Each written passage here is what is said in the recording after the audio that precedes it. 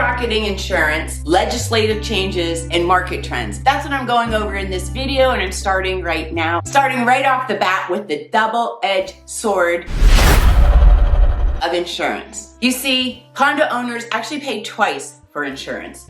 Say what? One for their condo unit and the other for the master condo HOA, which seems to be going up significantly. Up to 100, 500%. And it's not just our homes, it's also our cars. Both are going up. And some of the reasons are natural disasters such as hurricanes and severe weather.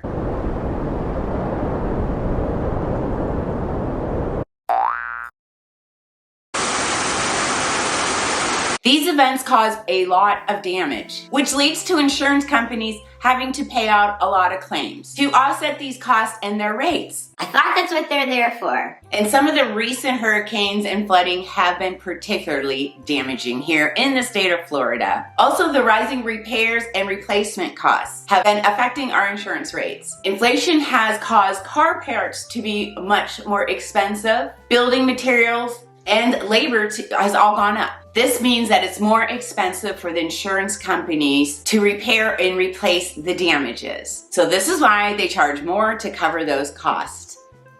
How do you get that gig? Rates go up, parts go up, you just raise the rates, pass the buck along? Must be nice. Oh, maybe I should become an insurance agent. Another reason for increased insurance rates is there are more people on the roads here in Florida. Now, this is true everywhere, but according to the research I did, Florida seems to have more accidents. And then there's the reinsurance cost. Reinsurance is insurance that insurance companies purchase to protect themselves from losses. I'm telling you, I'm in the wrong business. The cost for Florida insurance has been going up, so they passed along the charges to us. The increased costs are passed along to the consumer in a form of higher premiums. Now, despite all these issues, high condo fees, high insurance, flood zone, demand has been relatively high for coastal real estate nearly everywhere. Many still want to live on the coast in Florida, and they seem to be willing to pay top dollar for it.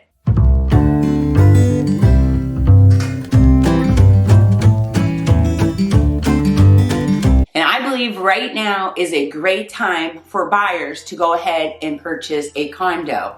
If you can weather this storm of the future assessments coming up by doing your due diligence, getting your financials, and hiring a professional real estate agent, this can get you an amazing deal on a condo.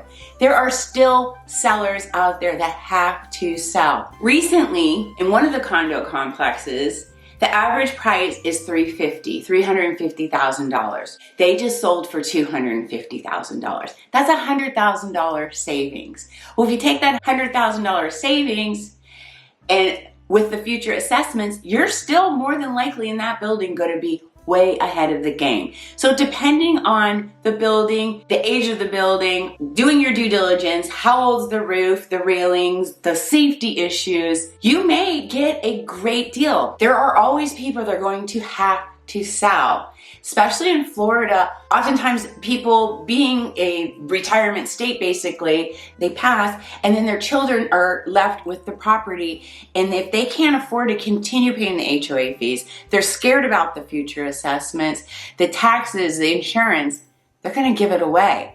And right now, with more and more condos coming on the market, it is an amazing time to make an investment in a property. If you're interested in purchasing one of these condos, go ahead and fill out the form I have below this video.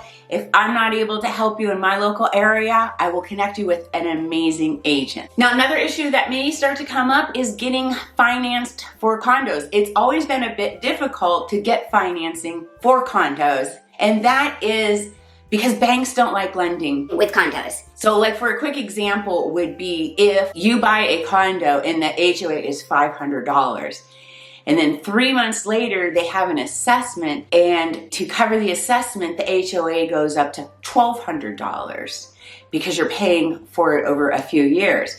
That might be enough to buy you out. Like, you may have to go into foreclosures, and banks don't really want that to happen for you, and they don't like it to happen.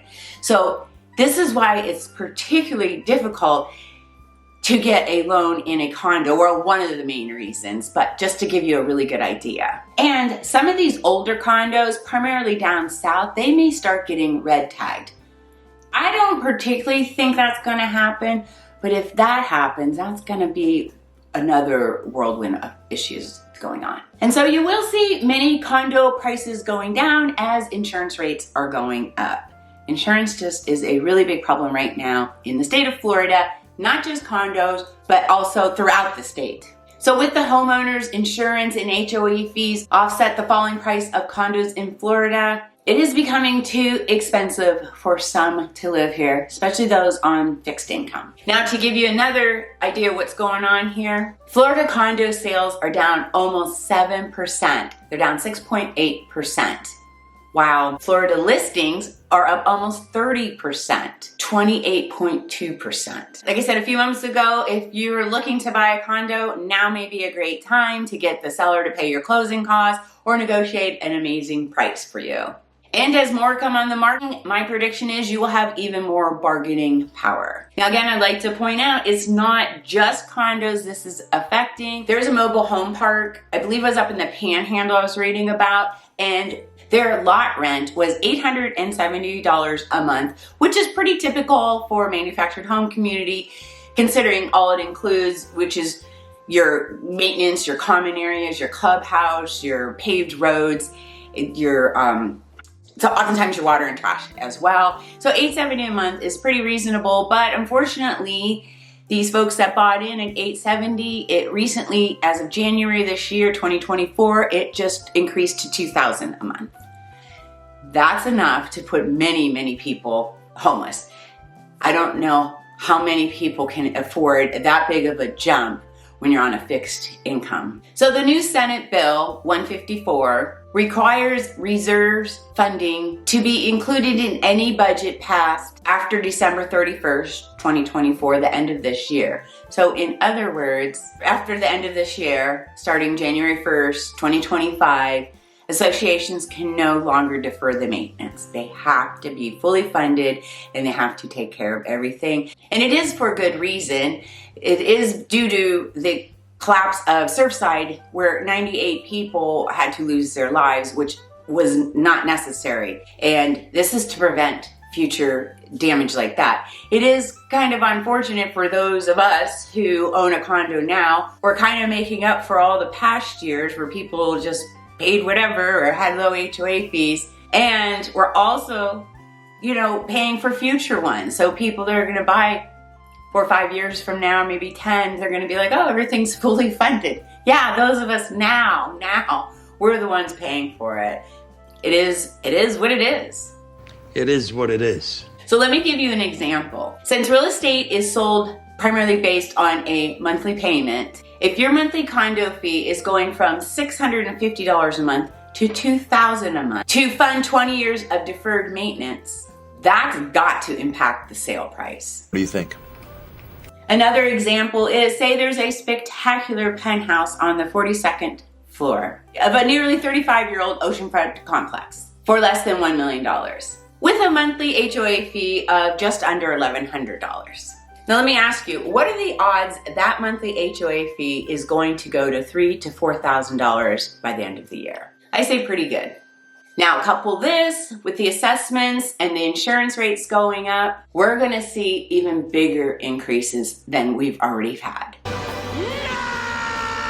One complex in Florida I already am aware of, their HOA fee went from $3,000 quarterly to $5,000, and that's not even with the special assessments yet. That was due to the insurance costs. Now, with that all said, let's still keep in mind, no matter where you live, you're gonna have to deal with some of these issues anyways, right? Maintenance, insurance, taxes, and do not be fooled, it is the same with renting. Wherever you live, you pay for things like maintenance and real estate taxes. If you rent, they're included in your monthly rent payment. If the landlord is making a positive return, even a small one, you're paying for maintenance. taxes, and even the small return. Landlords on a whole are in the business of not losing money.